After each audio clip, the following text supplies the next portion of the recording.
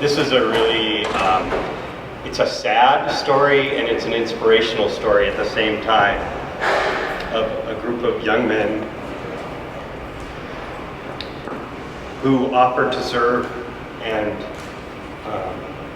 were not allowed to serve like other university students and citizens, and found a way anyway to serve the country, and ultimately their work was honored and became the backbone of the famed 442nd Regimental Combat Team, which we all know of, honor, and applaud. It's a story that everyone in Hawaii knows.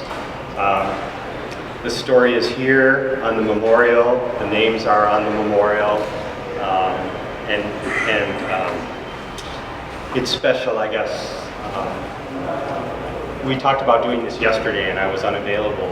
And it turns out I was flying home from Washington, D.C. yesterday, and on Tuesday, I had the very great honor, probably a once-in-a-lifetime privilege, to join President Obama in the Oval Office, along with representatives, some of our congressional delegation, and representatives of the Japanese Chamber of Commerce of Hawaii, where President Obama signed the designation of the Honolulu internment camp as a national monument. It was a pretty special moment to see that piece of Hawaii's history, and a really sad moment in American history, and I hope a lesson that we all can learn from.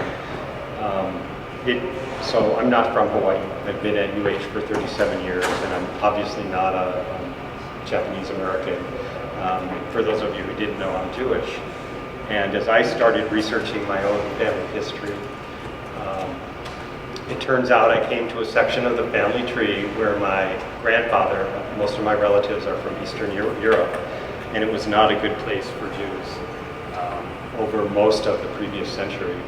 And when I got to my grandfather's brother, whose name is Kelman, for whom I'm given a middle name, Kelman, there's an entry that all I could get from my family is numerous sons and daughters who were lost in the Holocaust. And to me, these pieces of history weave together, and I hope they are lessons that we all can learn about respecting loyalty and citizenry, and looking past race and ethnicity as we look into people's hearts. Last year, in fact, when Secretary Shinseki visited UH, and I was brand new, I had been the interim president for probably 2 weeks, and someone asked me the question, what is the University of Hawaii doing for veterans? And I looked around, and we had a lot of great things going on our campuses, but it wasn't very organized. So I asked a group of people from around the UH system, students, faculty, staff, and student services and other areas, can we figure out a plan to do the most we can for our veterans, so that when they come out of the service, they have an opportunity to avail themselves of higher education and a better place for them personally, but it's also a way, and I think the lesson of the 442nd is so clear for all of us in Hawaii, the contributions that those veterans that you made when you came back to Hawaii, and what you did to build this state. And we need to give today's veterans those opportunities as well, and higher education is that key to helping them, and helping them help us. So I'm very proud that the Board of Regents amended our policy so that we now give resident tuition to all veterans. That has just gone into effect as of this semester.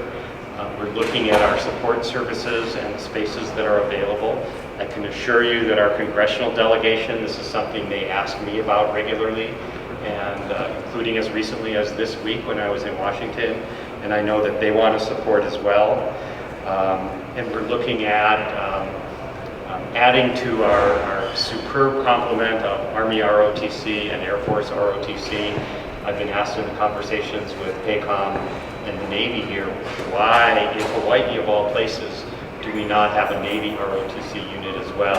And that's something that with Chancellor Roman of UH Manoa that we're looking at establishing to really strengthen our collaboration with our military brethren here in Hawaii. So I guess like all of us, let me thank you for your service to the nation, to Hawaii, and what you represent for UH. Mahalo.